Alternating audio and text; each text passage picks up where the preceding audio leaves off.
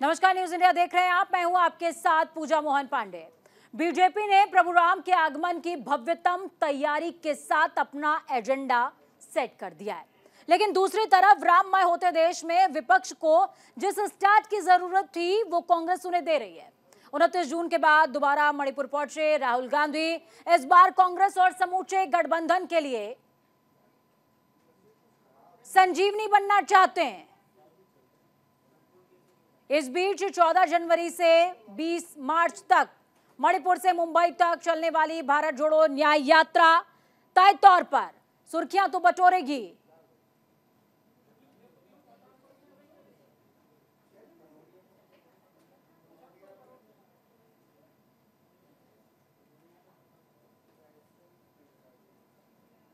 जून के बाद वो मणिपुर रहा ही नहीं, बट गया। कोने कोने में नफरत फैली, लाखों लोगों को नुकसान हुआ। भाई बहन, माता पिता आंखों के सामने मरे, और आज तक हिंदुस्तान के प्रधानमंत्री मणिपुर में आपके आंसू पोंछने, आपसे गले लगने, आपका हाथ पकड़ने नहीं आए। शर्म की बात। शायद नरेंद्र मोदी जी के लिए, बीजेपी और आरएसएस के लिए मणिपुर हिंदुस्तान का भाग ही नहीं है। आपका जो दुख है, आपका दर्द है, वो उनका दुख, उनका दर्द नहीं है। तो चलिए आपको ग्राफिक्स के जरिए बताते हैं कि यात्रा में क्या कुछ खास रहने वाला। भारत जोड़ो यात्रा मणिपुर से शुरू होकर महाराष्ट्र में खत्म होने वाली है। यात्रा के आगाज से पहले ही बहुत सारे सरप्राइजेस कांग्रेस के हिस्से में आए हैं। भारत जोड़ो यात्रा मणिपुर से शुरू होकर महाराष्ट्र में खत्म होगी। यात्रा 66 दिनों तक चलेगी। 6700 किलोमीटर का सफर, 110 जिले, 15 राज्यों को कवर करने वाली है। यात्रा के रूट में खास बात क्या है? 100 लोकसभा सीटें पड़ेंगी, 337 विधानसभा सीटें, जो कांग्रेस के भविष्य के लिए या यूं कहें कि गठबंधन के भविष्य के लिहाज से बेहद खास होने वाली हैं। भारत जोड़ो यात्रा के बाद कांग्रेस ने अब भारत जोड़ो न्याय यात्रा का बीड़ा उठाया है। तो ग्राफिक्स के जरिए आपको इस यात्रा के बारे में बता रहे हैं कि भारत जोड़ो न्याय यात्रा मणिपुर से लेकर महाराष्ट्र में खत्म होने वाली है। यात्रा 66 दिनों तक चलेगी, 6700 किलोमीटर का सफर तय करेगी, 110 जिले और 15 राज्यों को कवर करेगी। यात्रा रूट में 100 लोकसभा सीटें और 337 विधानसभा सीटें कवर होने वाली हैं। तो देखिए, राहुल गांधी की यात्रा का आगाज हो चुका है। आगाज के साथ सवाल भी बहुत सारे हैं। सवाल इस बात को लेकर कि क्या राहुल गांधी की छवि जिस तरीके से निर्मित हो गई है, राहुल गांधी उस छवि को तोड़ पाएंगे क्या, गठबंधन को साथ पाएंगे क्या? बहुत सारे ऐसे सवाल हैं जिनके जवाब जानने जरूरी है, और इन सवालों का जवाब लेने के लिए हमारे साथ खास मेहमान है पूर्णिमा नाथ जी, राजनीतिक विश्लेषक हैं। पूर्णिमा जी, बहुत स्वागत न्यूज इंडिया पर आपका। पूर्णिमा जी, राहुल गांधी यात्रा निकाल रहे हैं और इस यात्रा के साथ आगाज है और कोशिश है कि कांग्रेस को संजीवनी दी जाए। आपको क्या लगता है कि पिछली बार कांग्रेस को सफलता कर्नाटका और हिमाचल में मिली थी, उसके बाद 24 में भी क्या सम्मानजनक स्थिति में कांग्रेस आ पाएगी क्या? देखिए, ये जो अन्याय यात्रा शुरू कर रहे हैं mister Rahul Gandhi, Raul Vinci, I think it's very dangerous.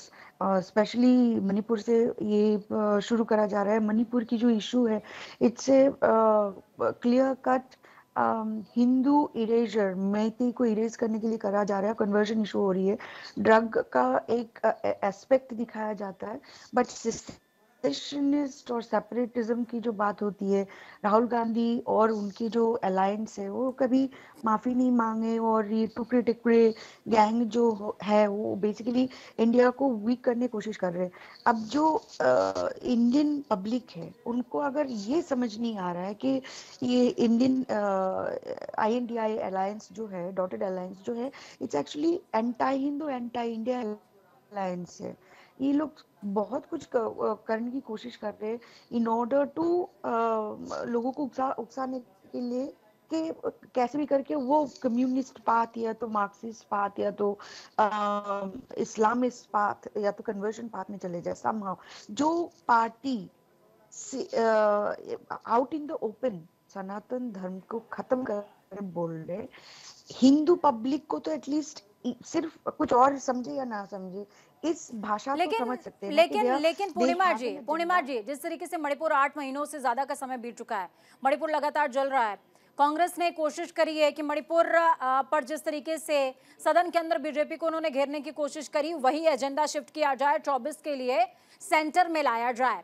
तो क्या आपको ये लगता है कि ये जो साहस कांग्रेस ने जुटाया है, और साथ में मैं खेंगजोंग का भी जिक्र करूंगी, खेंगजोंग का युद्ध स्मारक जो कि मणिपुर की स्वतंत्रता से जुड़ा हुआ युद्ध स्मारक है, उस युद्ध स्मारक से शुरुआत को आप कैसे देखती हैं और मणिपुर से स्टार्ट को आप कैसे देखती हैं? हालांकि महाराष्ट्र से मणिपुर बोला जाता है, लेकिन यात्रा का आगाज मणिपुर से महाराष्ट्र की तरफ है।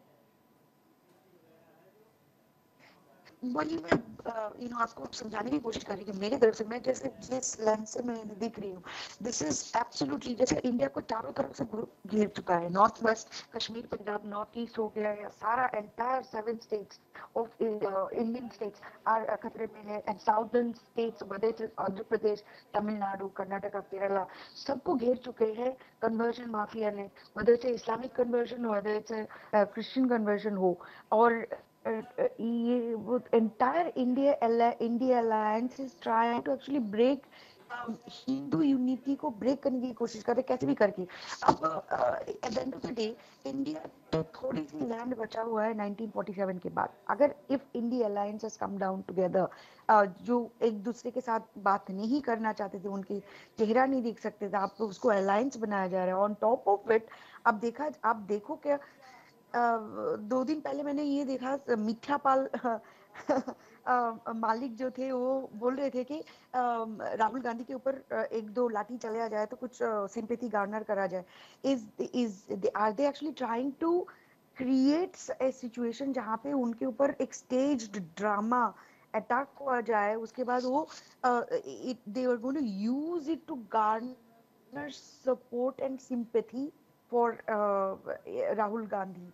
एंड मुझे ये नहीं समझ आता है कि ओवरऑल जो हिंदू पब्लिक है, इनको क्यों नहीं समझ आ रही है कि it is a secessionist activities, seditionist activities हो रही है इंडिया में।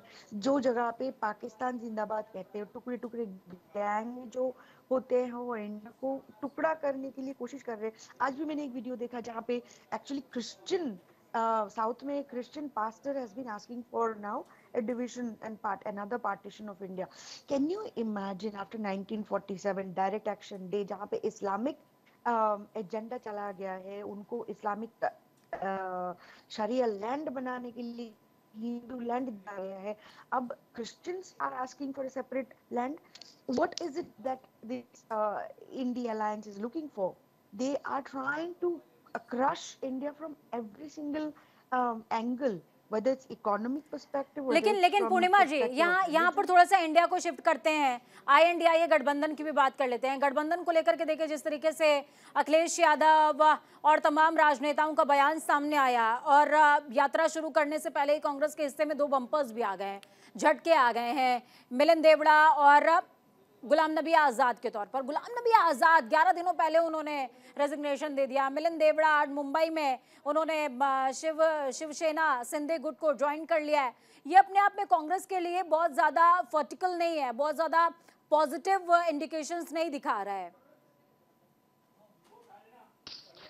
कांग्रेस के लिए भी पॉजिटिव नहीं।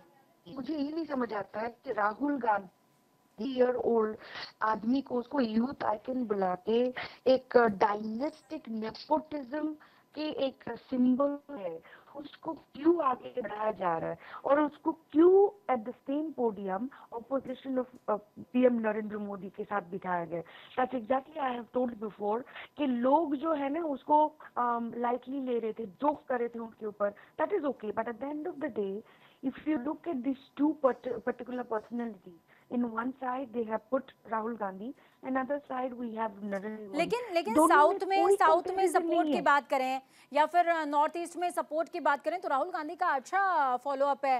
जिस तरीके से 29 तारीख के बाद राहुल गांधी दोबारा गए मणिपुर में अच्छी खासी सिंपैथी राहुल गांधी के लिए, अच्छी खासी फैन फॉलोइंग है राहुल गांधी के लिए। फैन फॉलोइंग तो मार्क्सिस्ट की है। ऑन वेस्ट बंगाल साइड आपने 30 इयर्स की ज्योति बसु की रेन आपने देखा है, उसके बाद ममता बेगम आ चुके हैं। उसके यहाँ पे नॉर्थ ईस्ट त्रिपुरा में भी तो 25 इयर्स तक मार्क्सिस्ट की रेन थी। I'm not going to say that they are completely raised. They're always going to create a situation of from a perspective of opposition. अभी इंडिया में जो opposition है, the opposition is anti-India.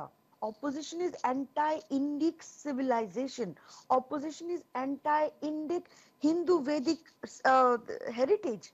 अब compare आप करें जो Israel में opposition है, वो ऑपोजिशन एंटी इजराइल नहीं है। अब चाइना की बात कर लिए, there is no other opposition obviously, but they are not anti nationalist. अब चाइना के बारे में I am not going to say that they are perfect. I am not taking the example of China from a perspective that India को China के जैसा होना है, मैं वो नहीं कह रही हूँ।